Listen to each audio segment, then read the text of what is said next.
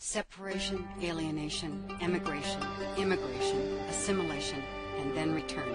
In 1904 or 1905, a very young couple was married in a small ancient town located in the Galilee region of northern Israel, known as the city of Tzfat. There are several ways that the name Tzfat has been spelled in English. It is best known as one of the four holiest cities for Jews, the others being Tiberias, Hebron, and Jerusalem. It is also well known as the center of the esoteric sect of mystical Judaism called Kabbalah. The 17-year-old groom was born in Tzfat, his ancestors having come from Russia in the 1800s. The 15-year-old bride came from a family whose ancestors were from both Tzfat and Tiberias, which is located on the shore of the Sea of Galilee only a few miles from Tzfat. According to the bride's brother, their ancestors had lived in these two holy cities since the 17th century. Soon after the marriage, the groom announced that he no longer could stay in Tzfat because he was afraid of being drafted into the Turkish army, and life in Tzfat was extremely difficult in those days. There was very little food available and no prospects for improvement in sight. With this announcement that the groom was leaving the land of Israel to go to the United States, the family of the bride protested and refused to allow him to take her away from them, as she had been one of the few surviving children that they had and was their only daughter. The resolution of this impasse was quite simple: divorce. The newly divorced young man went to New York, remarried, and had 3 children, 2 boys and a girl.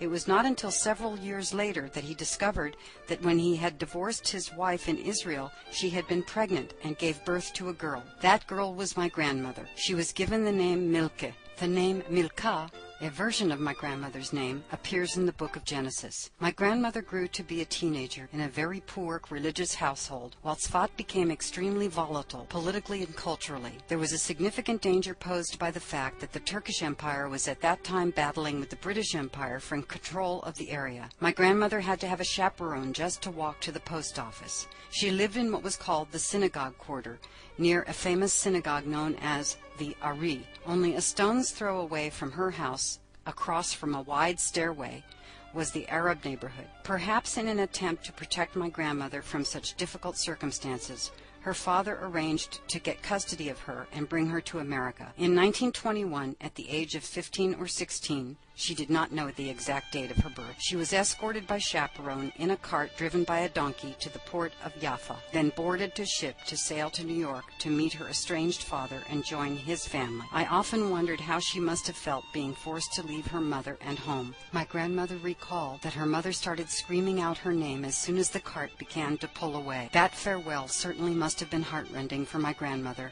coupled with her fear of the unknown. What would her life be like in the United States? What kind of man was her father? Would she ever see her mother again? My grandmother told me many detailed stories about growing up in Israel. She had attended school there and spoke both Hebrew and Arabic. One difficulty in her transition to life in America was that she was adopted into her father's family, in which a different language, Yiddish, was spoken at home, and of course she had to learn English. As shown on the ship's manifest from Ellis Island, it was a Malka Barris who arrived in New York on August 17, 1921, after having traveled on the SS Rotterdam. Ellis Island was known as a place where names were changed by misspelling frequently.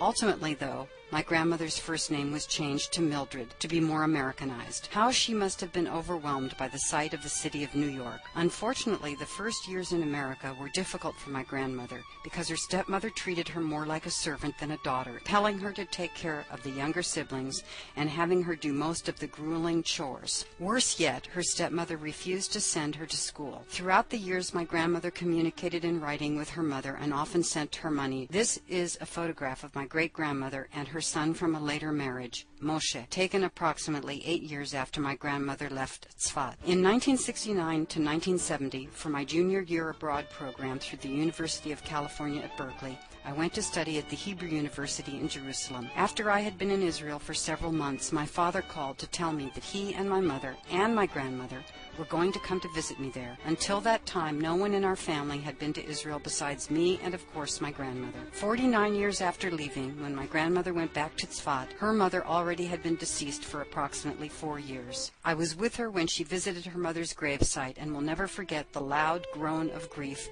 that came from what seemed to be the deepest part of her body. I have been to Tzfat numerous times, and each time I have learned something new about my ancestors. On a recent trip in 2007, my cousin, who is Moshe's son, showed me 3 places where my great-grandmother had lived. These are the photographs of those places. The first is a pile of rubble that used to be a 3-story house, which was destroyed deliberately by the Israeli army in 1948 in order to keep the Arabs from shooting from its roof into the Jewish quarter. The next is the house that the Israeli government gave to my great-grandmother to replace the one that was destroyed. And the third was the portion of the house in which she resided at the time of her death. Separation, alienation, assimilation, emigration, immigration, and then a return visit. These were the hallmarks of my grandmother's journey in life, not unlike the lives of many others, but nevertheless unique in many ways. Besides hearing my grandmother's wonderful stories, I grew up enjoying the excellent foods that she prepared, many of which were specifically Mediterranean in origin,